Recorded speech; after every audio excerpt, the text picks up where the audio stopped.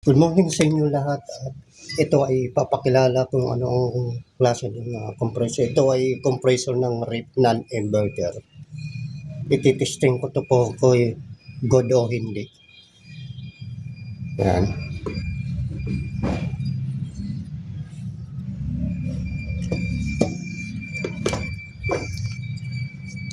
Ito, ang tawag dito ay overload protector. Yan, overload protector ang tawag nito. Pangalawa, relay ang tawag dito. Kung mapapansin nyo, dalawa lang yung pinagtunikan nyo, line 1, line 2. Ito, yung dalawang wire na to na available. Capacitor po yung running starting. Pero hindi ko na kailangan yung pan-testing ko lang to sa ref. Yan. Plug yan.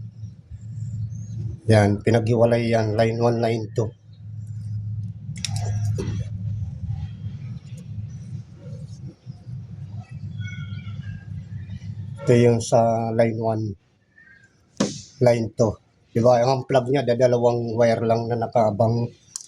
Yan, yan ang pag-connect ng overload sa relay. Overload protector. Ngayon po, dito natin ilalagay. Kasi ititesting natin ito kung good o hindi. Yan. Kung napapansin nyo, tatlong terminal lang. Yung solo niya, ito yung ilalagay dito. Ito. Dito sa taas.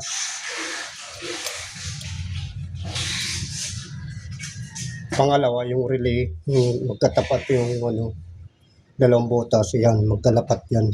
Dito yan sa ilalim. Yan.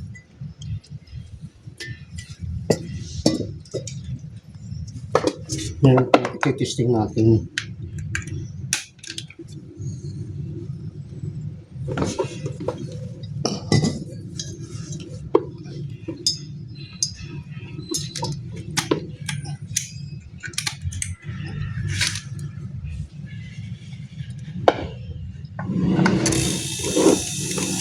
Yan. Yan.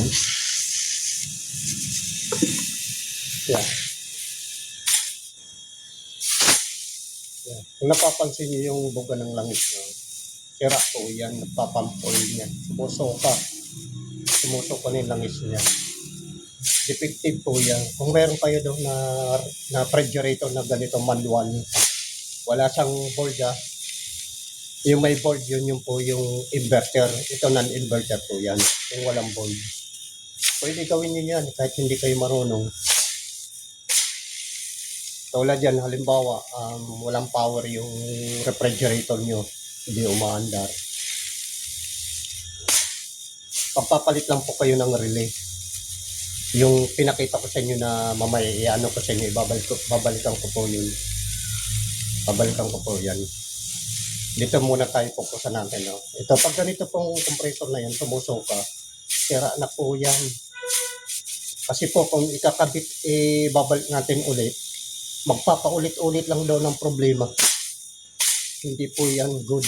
Sira po yan, defective po yan. Ang good po, hindi po dapat sumusuka ang langis. Yan ang good ng compressor ng refrigerator. Binabahagi ko lang yung kaalaman ko, kunting kaalaman na, at para magkaroon kayo ng idea na tapos yun, ipapakilala ko mamaya, babalikan ko yung relay at saka overload. Yan. Para po yan. Magbabara po yan dun sa tuboy or system niya. Yan. Wala. Yan. Sira po yan. Ngayon po, tatanggalin ko po. Ibabalikan ko po yung relay overload.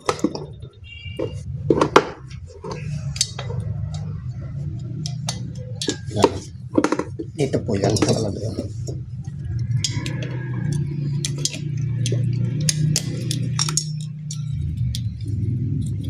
Diba sabi ko po kagangina po, kapag hindi umaandar yung refrigerator nyo na non-inverter, i-actual nyo muna ito magpalit. Mag-testing kayo magpalit dito. Itong overload protector ang tawag nito. Overload protector. Tapos, pangalawa itong plug. Kung wala pa rin sa overload protector, itong plug na to, mag-testing kayo kahit luma lang, basta good pa siya, gumagana. Yan, madali lang naman ni wiring yan, kahit na hindi marunong gumawa sa refrigerator, pwede yan. Yan, line 1, line 2 lang naman yan. Yan. Yan, line 1, line 2 lang yan. Ito kasi, yung dalawang wire na yan, para sa capacitor yung running starting. Yan lang yan. Inassemble ko yan. Contesting sa mga compressor ng rep non-inverter. Yan lang. Konting kalaman lang na-share ko sa inyo. Next time ulit. Marami ako ipapakita sa inyo.